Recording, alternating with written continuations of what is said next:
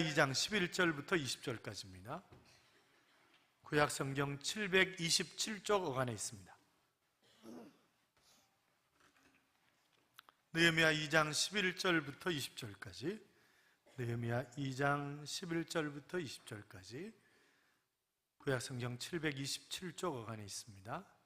찾으셨으면 아멘. 교독합니다. 11절 제가 있습니다. 내가 예루살렘에 이르러 머무른 지 사흘 만에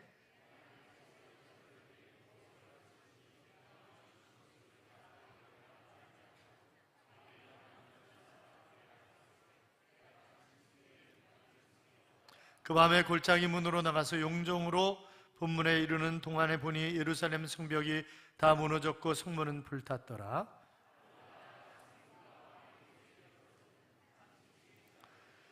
그 밤에 시내를 따라 올라가서 성벽을 살펴본 후에 돌아서 골짜기 문으로 돌아왔으나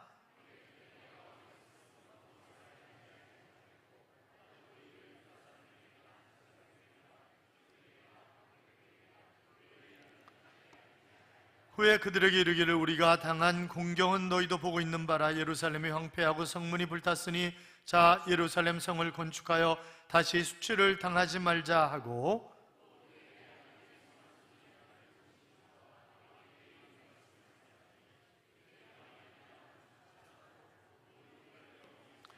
호론 사람 산발락과 종이었던 암몬 사람 도비아와 아라비아 사람 게셈이 이 말을 듣고 우리를 업신여기고 우리를 비웃어 이르되 너희가 하는 일이 무엇이냐?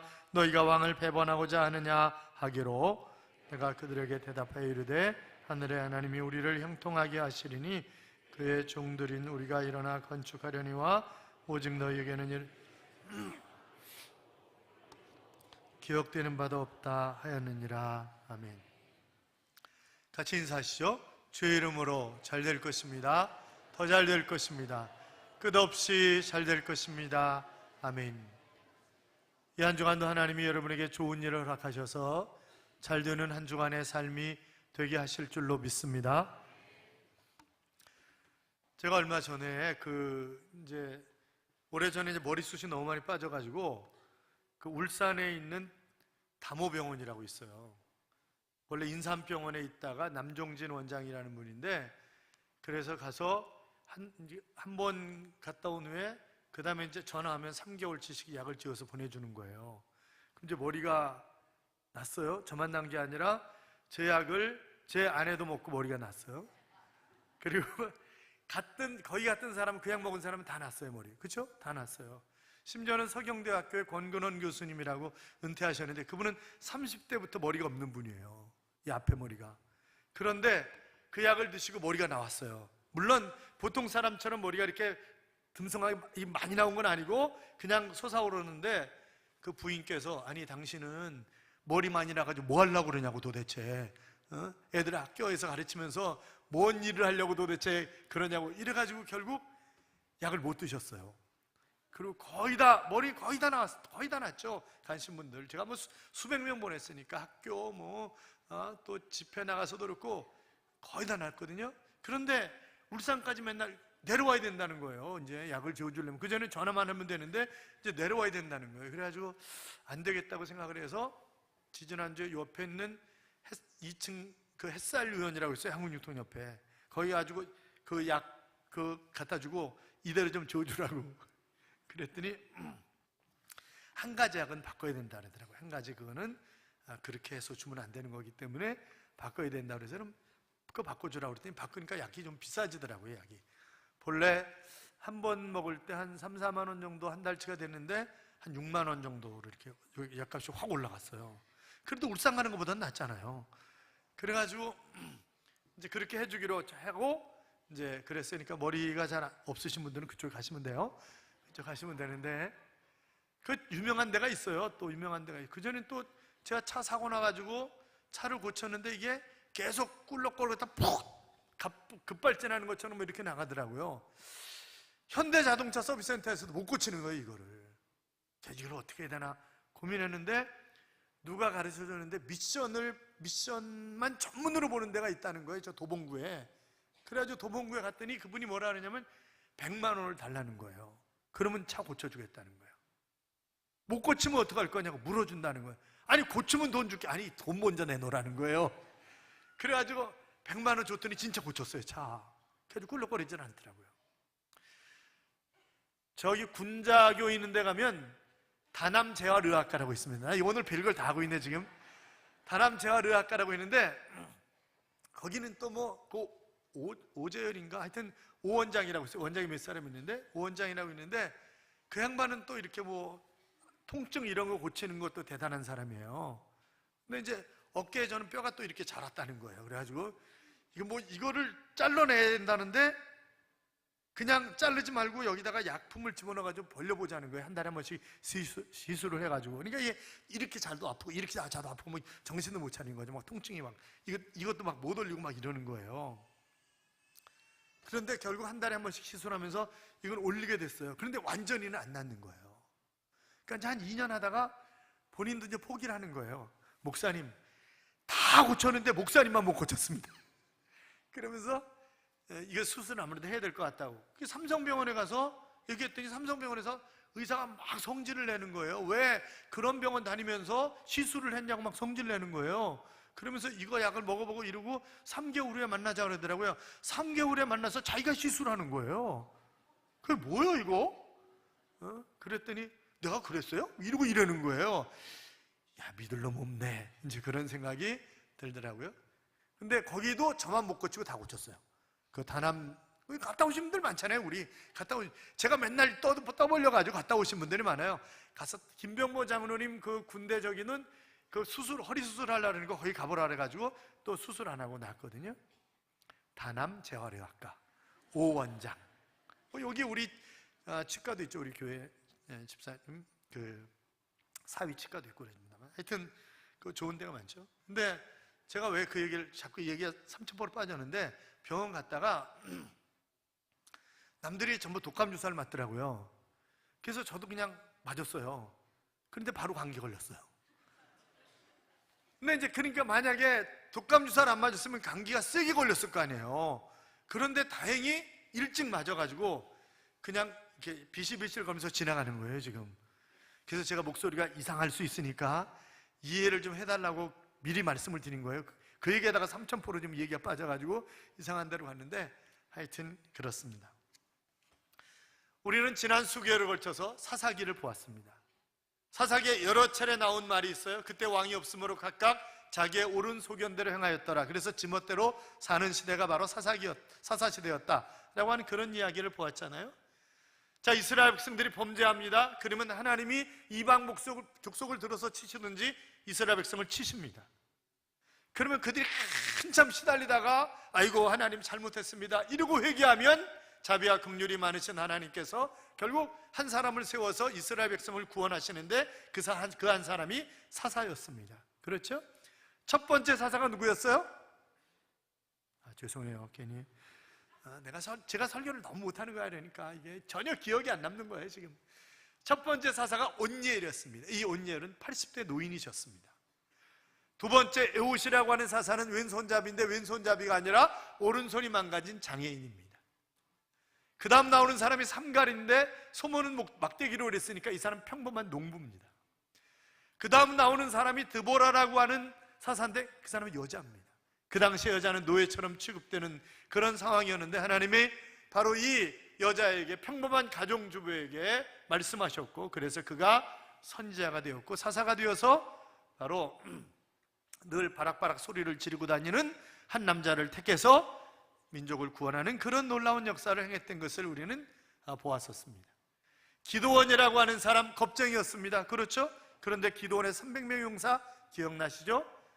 그 다음에 삼손이라고 하는 사람이 있었습니다. 아니 야일, 돌라 여러 사람들이 있었는데 이름도 빛도 없이 그냥 지나간 그런 사람들인데 우리가 평범함 속에 평범한 게 은혜가 아닌가 하는 그런 얘기를 했었습니다. 삼손이라고 하는 사람은 우리가 얼른 기억할 때 바람둥이 그렇게 생각할 수 있는데 이 인간이 늘 블레셋 여자하고 결혼을 한단 말이죠. 그러니까 어떻게 저 인간이 저럴 수 있냐 이렇게 생각할 수도 있지만 그러나 하나님이 나에게 주신 사명이 블레셋에서 이스라엘 민족을 구원하는 것이었기 때문에 그래서 블레셋 사람 속으로 들어가서 호랑이를 잡으려면 호랑이의 굴에 들어가야 된다라고 하는 이야기처럼 블레셋 사람 속에 들어가자. 그래서 블레셋 여인과 결혼을 했다. 그렇기 때문에 너무 나쁘게만 생각하지 말자 하는 그런 말씀을 드렸었습니다. 그렇죠? 그 다음에 미가의 집 기억나십니까? 미가의 집, 이 어머니가 어마어마한 돈을 잊어버렸잖아요. 훔쳐간 놈이 누구였어요? 아들이었습니다. 아들. 그러니까 막 훔쳐간 놈이 저주를 받을지어다 막 그랬더니 아들이 얼른 죄가 훔쳐가는데요, 어머니. 그러니까 또 축복을 받을지어다 막 이러고 웃겼잖아요. 그리고 훔쳐간 돈으로 그걸로 뭐 만들었어요? 신상을 만들었어요. 그 집에 아들을 제사장으로 삼지 않나, 뭐 신상을 만들지 않나, 에봇을 만들지 않나, 이상한 짓거리를 합니다. 그것이 그 당시에 사사시대 이스라엘 백성들이 사는 모습이었습니다. 그러다가 배고파서 지나가는 레위인을 잡고 자기 집의 제사장이 될 것을 요구를 했고, 또 단지파가 하나님이 자기들에게 정해주신 구역, 그 옆이 바로 블레셋이기 때문에 차라리 옮기자, 다른 쪽으로. 그래가지고 옮기다가 미가의 집에 들려서 이 레위 제사장을 단지파의 제사장이 되달라, 그렇게 요구를 했고, 결국 그곳에서 에봇과 드라빔을 탈취해가지고 나오는데 그것을 점치는 데 사용하기 위해서 그렇게 했다 하는 그런 말씀을 드렸었습니다. 그리고 레위 사람이 그 하나님을 위해서 일하는 그런 사람인데, 성막에서 봉사하고 하는 그런 사람인데, 이 사람이 바람을 피웠잖아요. 아니, 첩을 얻었어요. 첩을. 그것도 베들레헴까지 가지고 엽색 행각을 벌리면서 첩을 얻어가지고 살았는데, 이 첩이 또 바람을 피웠잖아요. 그래가지고 친정으로 갔고, 결국 친정에 찾으러 갔다가 며칠 푹 쉬고 올라오면서 결국 기브아에 머물게 됩니다. 해가 저물고, 그래서 기브아 사람들이 마치 소돔과 같은 사람들이었다. 이 소돔과 같았고, 그래서 이 사람들이 결국 뭐예요? 우리가 상관하리라, 레위인 내놓으라, 상관하리라. 그 상관한다라고 하는 말은 바로 동성애하겠다, 그런 얘기라고 말씀을 드렸고, 결국 이 레위인의 첩이 윤간을 당하고, 그래서 그 다음날 아침에 보니까 죽어 있어서 이 사람을 시체를 싣고 가서 12토막을 내가지고 각 지파에다 보내고, 이럴 수 있느냐? 그러니까 앞뒤 물불 안 가리고, 그렇지 않아도 꼴보기 싫은 베냐민 지파 놈들 다 죽이자, 이청에. 이래가지고 전체 지파 대 베냐민 지파가 싸움이 벌어집니다. 1차, 2차는 베냐민 지파가 이겼죠. 그랬다가 3차에 결국 이 베냐민 지파가 망하게 됩니다. 600명만 살아남았어요. 야, 이거 큰일 났구나. 그러면 한 지파가 없어지는데 이것은 하나님의 뜻이 아니지. 그리고 바로 이 베냐민 지파 남자 600명에게 어떻게 아내를 구해주는가 라고 하는 이야기까지를 우리가 보았고, 그러면서 그런 시대가 바로 사사시대다.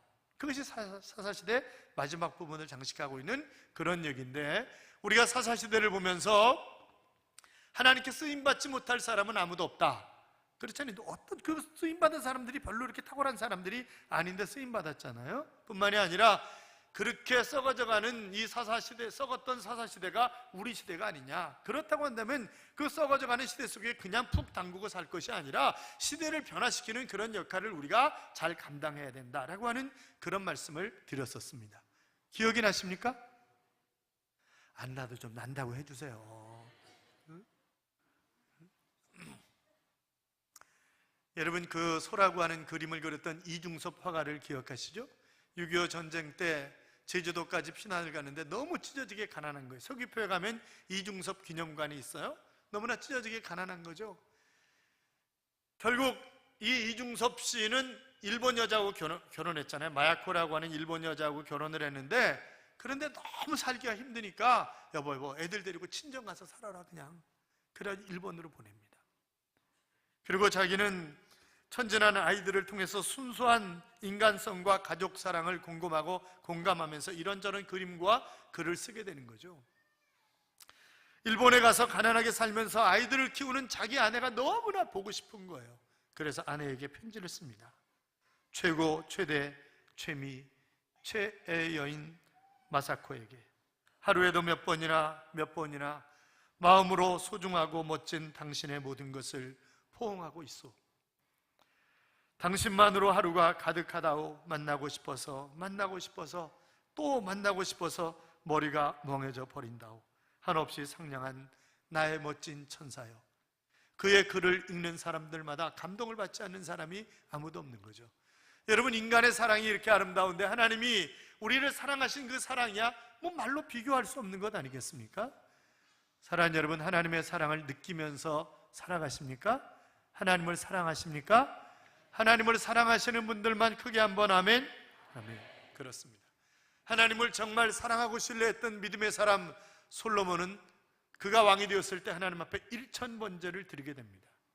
하나님이 나타나셔서 내가 너에게 무엇을 줄까 그랬을 때, 지혜를 구했을 때 하나님은 그에게 지혜뿐만이 아니라 부귀영화를 보너스로 주셨던 것을 우리는 잘 알고 있습니다.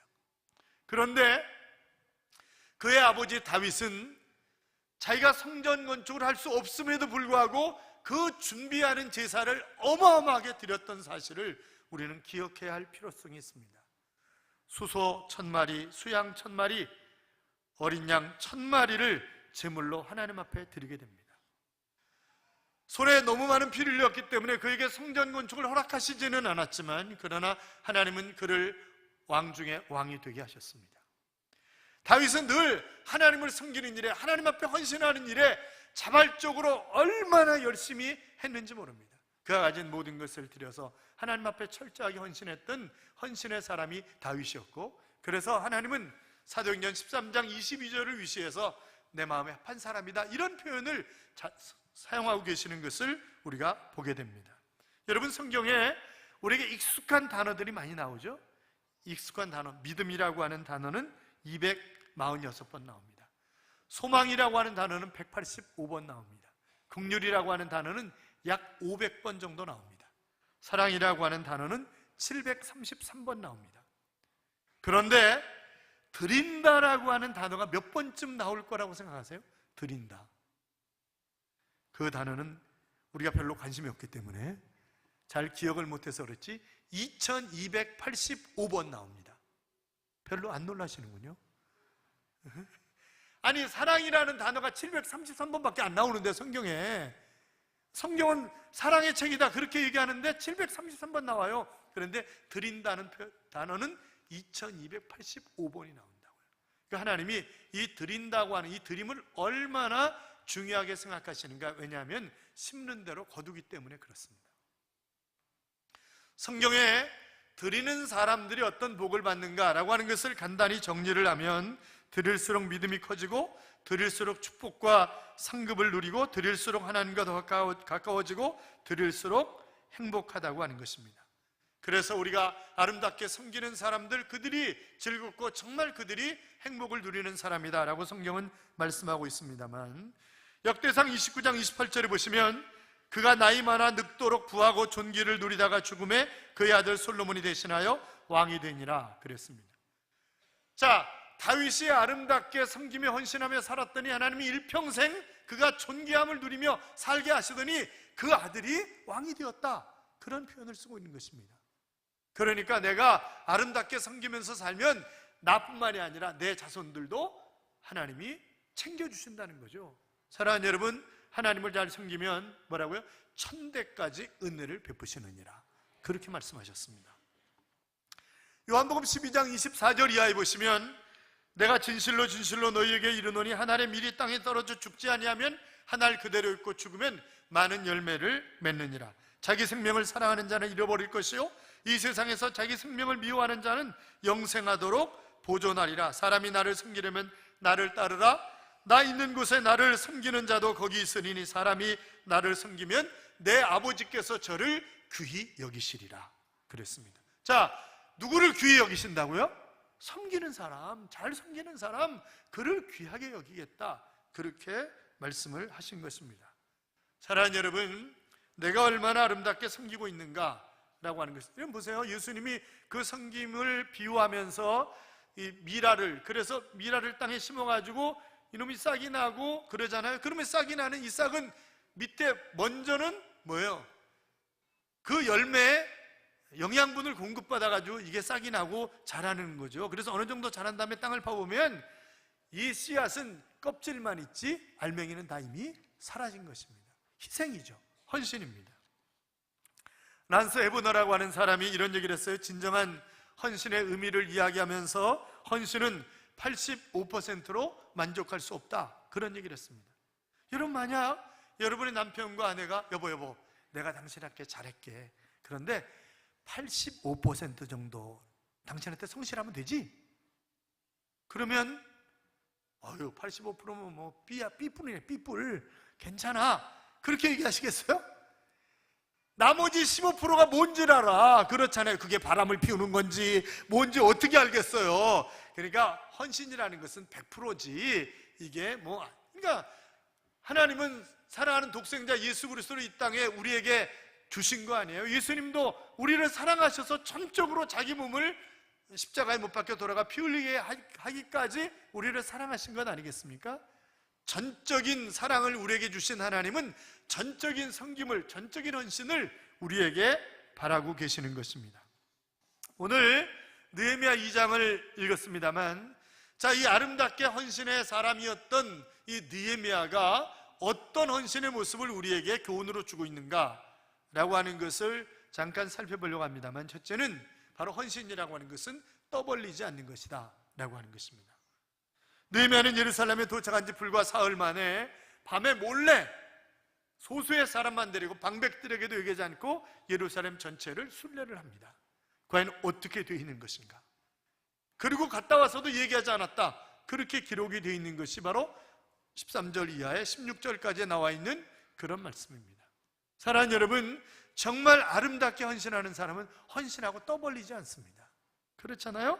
하급 인생일수록 자기 얼굴을 잘 나타내려고 하는 거고, 고급일수록 명불허전입니다. 자기를 드러내지 않습니다. 이번에 그 손흥민하고 장현수 국가대표 축구선수들 있잖아요. 손흥민이는 아시안게임 나가기 전에 1억을 군대에 써달라고 1억을 쾌척했대잖아요. 그런데 장현수는 자기 봉사 시간을 줄이기 위해서 자기가 다녔던 학교에다가 해가지고 시간수를 봉사 시간수를 엄청 늘려가지고 그게 들통이 났잖아요. 그러니까 한 사람은 역시 다르다, 세계적인 선수야 이렇게 칭찬을 받는가 하면, 한 사람은 영원히 국가대표에서 제명 이렇게 됐잖아요. 그러니까 이게 여러분, 참다운 인격은 아무도 보지 않을 때의 당신의 모습이다 라고 하는 그런 이야기가 있습니다. 우리는 상당한 기간 동안 돈을 아끼기 위해서 부교역자들, 관리집사, 그리고 목수, 전기, 페인트, 바데 칠, 가는 거 그렇게 재능 기부를 해주셨습니다. 또 바닥, 거울, 방석 이런 것들을 헌신을 해주셨습니다.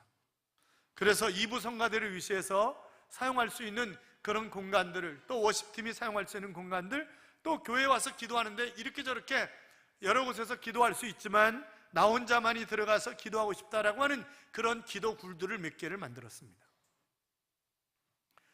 부교역자인지 잡분지 모를 정도로 먼지를 흠뻑 뒤집어 쓰면서 죽기 살기로 그들은 헌신하는 것입니다. 그리고 그들이 내가 정말 얼마나 열심히 했냐고 떠버린 사람 보셨어요? 떠버린 사람 없습니다. 물론 속으로 저를 욕했는지는 잘 모르겠지만 하여튼 열심히들 희생을 해줘서, 그래서 돈을 상당히 아마 1,000몇백만 원을 아꼈을 거예요. 상당히 아껴준 거예요. 그 얼마나 감사해요. 희생하신 분들에게 진심으로 감사를 드립니다. 여러분, 우리가 열심히 충성하는 사람은 누구예요? 헌신하는 사람이에요. 뒤에 꽁시렁 거리는 사람 누구예요? 헌신하지 않은 사람이야. 죽어도 헌신하지 않은 사람이야. 그러니까 우리가 내가 정말 어떻게 섬겨느냐에 따라서 내 마음이 거기, 네 물질이 있는 곳에 마음도 거기 있다, 그런 말씀처럼 그렇잖아요. 제가 언젠가 말씀드렸죠? 전 수원제일교회에서 자라났습니다. 그런데 수원제일교회 교육관을 지는데 제가 헌신할 방법이 없는 거예요. 그래가지고 학교 조퇴하고 와가지고 땅 팠어요. 고등학교 때 학교 좋다고 와가지고, 그게 옳은 거는 아니지만 하여튼 땅을 파고 열심히 그랬어요. 그런데 교육관 허물어지는 날 가슴이 아프더라고. 나중에 이제 교회가 이제 오래되고 이래서 그 교육관을 다시 짓느라고 허무는데 마음이 아프더라고. 너무 좋으면서도 한쪽으로 마음이 아픈 거예요. 왜? 내가 학교 조퇴해 가면서까지 땅 팠던 데인데, 그런 생각이. 그리고 늘 일부러 그 길로 지나가는 거야. 지나갈 때 교회 문을 통과해가지고 학교 가면 더 가까운데 그게 아니라 글로 돌아가는 거예요. 늘 교육관 뒤쪽으로. 그게 인간의 마음이에요. 그렇잖아요. 마가복음 14장에 등장하는 마리아는 혼신의 열정으로 주님을 섬긴 그런 사람입니다. 마태복음 26장이나 요한복음 12장에 보면 이 마리아는 나사로의 동생입니다. 물론 이제 같은 사람이냐 아니냐라고 하는 그런 논란도 있습니다만, 어떻든 이 마리아가 예수님이 이제 십자가를 지시고 죽으실 그런 때가 가까웠을 때 그가 향유를 예수님의 머리끝부터 발끝까지 이걸 붓습니다. 그런데 그 당시에 중동의 풍습이 귀한 손님이 오잖아요. 그러면 향유를 한두 방울 떨어뜨린답니다. 이 향유가 굉장히 비싼 거예요. 이 인도에서 나오는 나드 뿌리로 만든 이 향유가 굉장히 비싼 건데, 그러니까 그 1년 노동자가 1년 동안 열심히 일해가지고 한 푼도 안 쓰고 모아서 살 수 있는 만큼의 돈이에요. 그러니까 수천만 원 되는 건, 지금으로 얘기하면 일당 10만 원이면 365일이면 얼마예요? 300일만 했다 해도 3천만 원 아니에요? 그렇잖아요. 그러니까 이 부모님도 안 계시니까 얼마나 애쓰고 모아가지고 이 나들을 향유를 샀겠냐고요. 그런데 예수님에게 머리끝서부터 발끝까지 보드리는 거죠. 그 당시의 풍습이, 자, 손님이 오면 한두 방울 떨어뜨린다 그랬어요. 그런데 왕이 오시거나 내가 상상할 수 없는 그런 분이 우리 집을 갑자기 방문을 하잖아요. 그러면 그건 쓰고 더 이상 안 쓴다는 거예요. 한 번으로 끝난다는 거예요. 그게 왕에 대한 예우라는 거예요. 자, 그렇기 때문에 지금 마리아는 뭐예요? 예수님을 거룩한 왕으로 지금 섬기는 거예요. 그런데 옆에서 궁시렁거리는 사람이 있었잖아요. 누구 있었어요? 가룟 유다. 야, 저걸 팔아서 가난한 사람에게 주면 얼마나 많은 사람을 도울 수 있는데. 그런데 성경에 뭐라고요? 그는 도둑이라. 왜요? 그거 팔아서 떨어지는 고물을 자기가 먹으려고 했는데, 그런 얘기를 기록하고 있는 것을 우리가 보게 됩니다. 사랑하는 여러분, 사랑하면 아깝지 않습니다. 그렇잖아요? 무엇이든지 다 할 수 있고, 사랑하면 계산을 초월하는 거죠. 후회하지 않습니다. 그래서 우리가 시간이나 건강이나 물질이나 어떤 것이든지 내가 섬길 수 있을 때 최선을 다해서 하나님을 섬기고 하나님의 이름으로 이웃을 섬기고 그럴 필요가 있단 말이죠. 이런 찬양이 있죠. 온 마음 다해 사랑합니다. 온 마음 다해 주 알기 원하네. 내 모든 삶 당신 것이니 주만 섬기리 온 마음 다해 라고 하는 그런 찬양이 있습니다만, 아무쪼록 여러분이 조용히 헌신해서 주님의 기쁨이 되시기를 축원합니다. 자, 뿐만이 아니라 이 느헤미야는 확실한 믿음이 있었기 때문에 아름답게 헌신할 수 있었다. 제가 모든 걸 포기하고 온 거잖아요. 그 예루살렘으로. 자, 17절 18절 좀 보세요. 본문으로 가셔서 느헤미야 2장 17절 18절 봐요. 같이 읽어요. 후에 그들에게 이르기를 우리가 당한 공경은 너희도 보고 있는 바라. 예루살렘이 황폐하고 성문이 불탔으니 자, 예루살렘 성을 건축하여 다시 수치를 당하지 말자 하고, 또 그들에게 하나님의 선한 손이 나를 도우신 일과 왕이 내게 이른 말씀을 전하였더니 그들의 말이 일어나 건축하자 하고 모두 힘을 내어 이 선한 일을 하려 하매. 아멘. 자, 일어나 함께 일하자는 거예요. 하나님이 우리를 도우신다는 거죠. 그리고 일을 하면 20절에 보면 하나님이 우리를 형통하게 하신다 그랬습니다. 사랑하는 여러분, 내가 아름답게 섬길 때 하나님이 어떻게 하신다고요? 형통하게 하신다고요. 형통하게. 20절에 그렇게 말씀하고 있는 것을 우리가 보게 됩니다. 하나님의 나라의 현장에는 언제나 양과 음이 공존을 합니다. 적극적이고 긍정적인 자세로 일하는 사람이 있는가 하면 뒤에서 꿍시렁거리고 늘 불평하는 사람들이 있습니다. 여기 느헤미야도 마찬가지죠. 페르시아 제국도 예루살렘의 재건과 회복을 도와주는 반면에 형제 민족인 산발락과 도비아 일행은 앞장서서 반대하고 방해합니다. 이런 상황 속에서 느헤미야는 흔들리지 않죠. 요동하지 않습니다.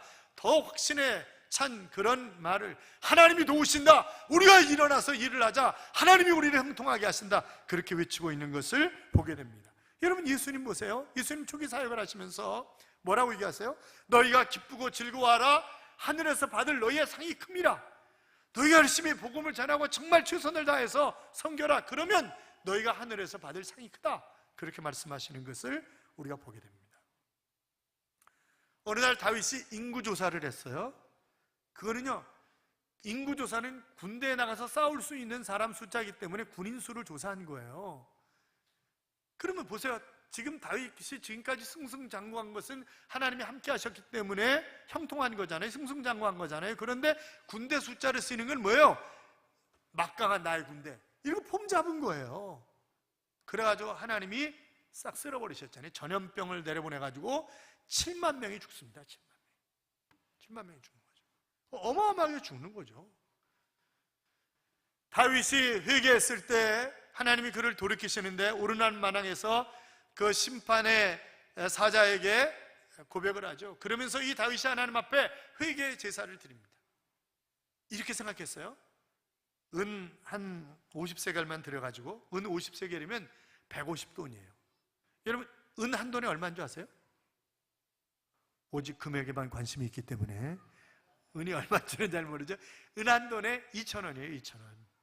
그럼 150돈이니까 30만 원 정도, 30만 원 정도 들여서 내 하나님 앞에 제사를 드려야 되겠다, 이렇게 생각을 한 거예요. 그런데 그러면 하나님이 기쁘게 받으시겠는가? 이게 진정한 헌신인가? 그래서 그가 다시 금 600세겔로, 금 600세겔이면 금 1,800돈이에요. 금 한 돈 가격이 제가 인터넷에 보니까 18만 원이에요.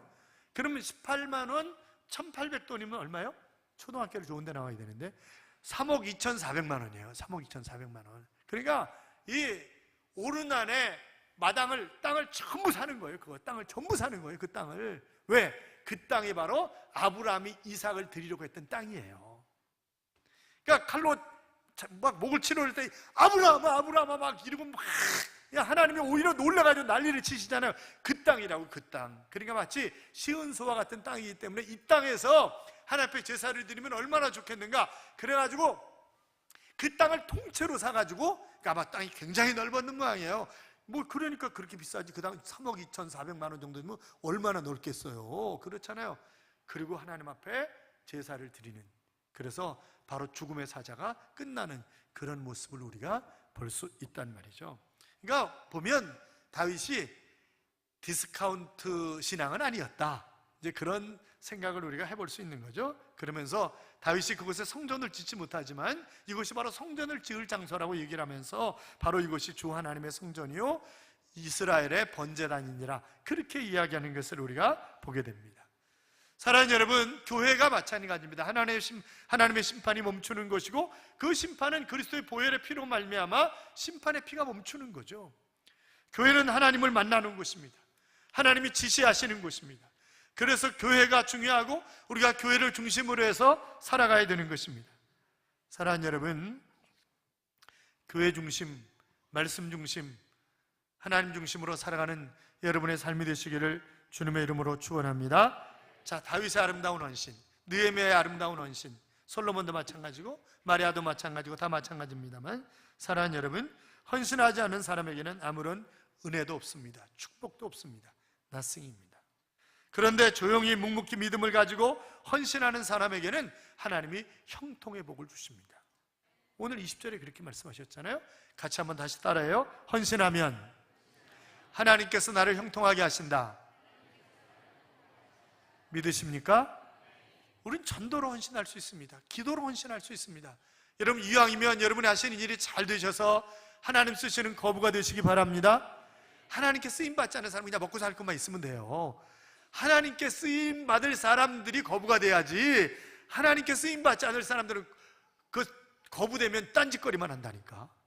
이왕이면 하나님 쓰시는 거부가 되시기를 주님의 이름으로 축원합니다. 이런 찬양이 있습니다. 손에 있는 부귀보다 주를 더 사랑하는가? 이슬 같은 목숨보다 주를 더 사랑하는가? 사랑의 빛 잃어가면 주님 만날 수 없어. 헛된 영화 바라보면 사랑할 수도 없어. 잠시 머물 이 세상은 헛된 것들 뿐이니 주를 사랑하는 마음 금보다도 귀하다 라고 하는 그런 찬양입니다. 사랑하는 여러분, 정말 내가 주님을 사랑한다면 주님을 아름답게 섬길 것입니다. 그 어떤 것도 아깝지 않을 것입니다. 내가 시간을 들이든 아니면 내가 무엇을 하든 그것이 아깝지 않습니다. 그러나 내가 하나님을 사랑하는 마음이 없을수록 아깝고 섬기기를 싫어합니다. 여러분, 아름답게 섬기셔서 형통의 복이 충만하시기를 주님의 이름으로 축원합니다. 축복합니다.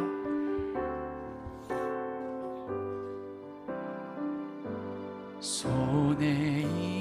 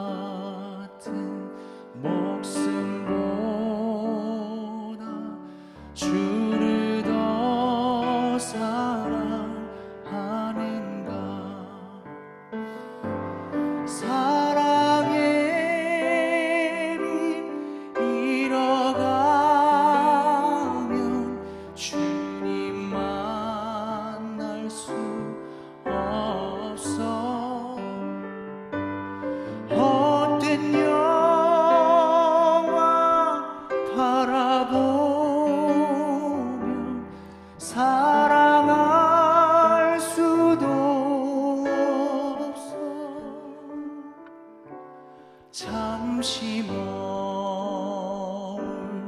이 세상 헛된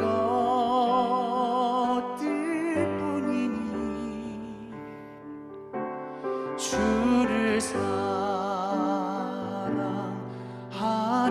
마음 금보다 더 귀하다. 큰 물결이 뛰놀아도 주를 더 찬양하는가.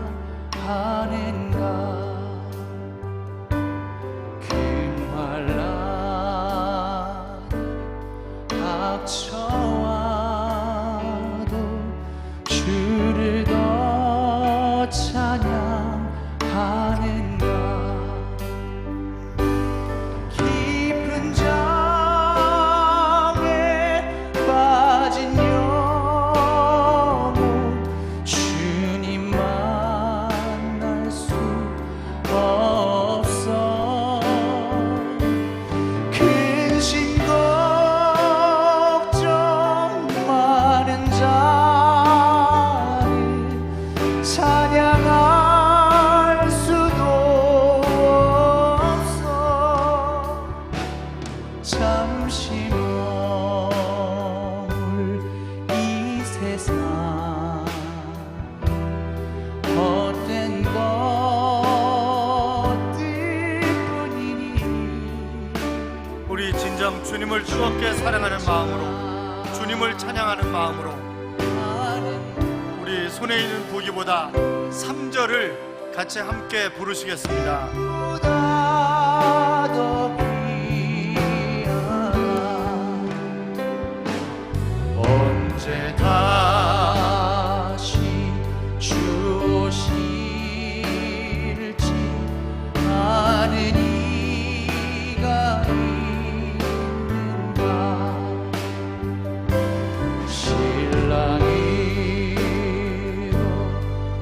오실 주님 맞을 준비되었는가. 기름 없는 등불 들면 주님 만날 수 없어.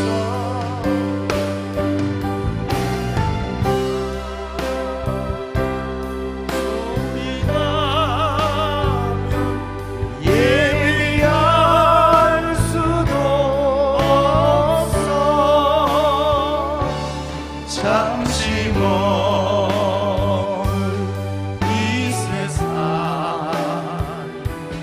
헛된 것들 뿐이니 주를 맞을 준비하니 금보다 더 귀하다. 사랑하는 여러분, 주님은 나를 사랑하셔서 십자가를 지었습니다. 하나님은 나를 사랑하셔서 독생자를 십자가에 내주셨습니다. 얼마나 주님을 사랑하십니까? 얼마나 주님을 위해서 희생하십니까? 우리 아름답게 느헤미야처럼, 다윗처럼, 마리아처럼 조용히 그리고 확실한 믿음을 가지고 아름답게 섬겨서 형통한 삶을 살아가는 하나님의 자녀가 될 수 있도록 기도합시다. 같이 기도합니다. 살아계신 하나님 아버지, 감사합니다. 영원한 그 주님이 또 하나님 집을 원하며 하나님 아버지